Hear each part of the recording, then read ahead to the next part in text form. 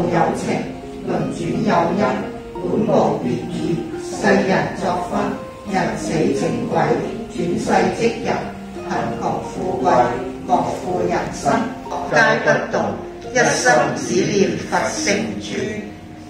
身亦不住失，而能作佛事，自在未曾有。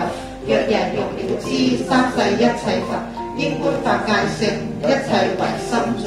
居士生，或現國王生，或現宰父生，或現官屬生，或現比丘、比丘尼、優婆塞、優婆夷生。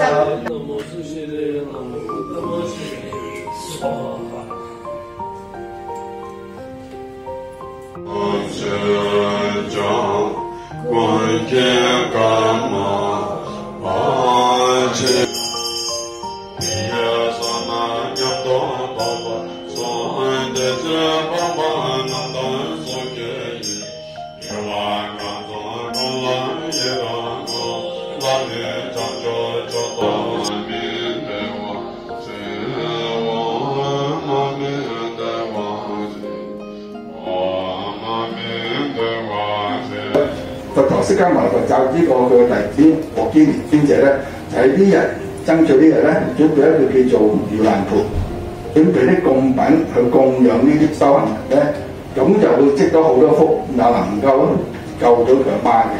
個盂蘭盆就係咁嚟嘅。盂蘭盆有個意思，盂蘭係譯音，係解住將一個人倒吊咁解。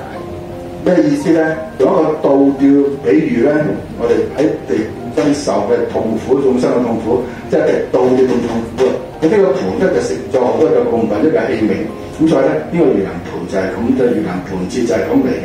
所以咧變咗演變到而家，我哋每年嘅7月咧，其實佛教咧一個佛教嘅節日，就為咗啲淨係我哋嘅祖先啊，就所有嘅未超脫嘅眾生咧，就變咗做啲法事功德去幫佢哋，去理佢哋，等佢哋超升佢哋。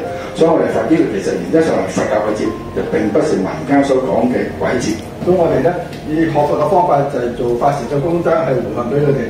更加重要嘅就唔係淨係俾自己嘅祖先稱債主，頭先講咗好多嘅，仲有無主嘅、無依無靠嘅天災人禍嗰啲，冇人幫我做嗰啲，我哋呢個意先至係最大，將功德回向俾十方嘅。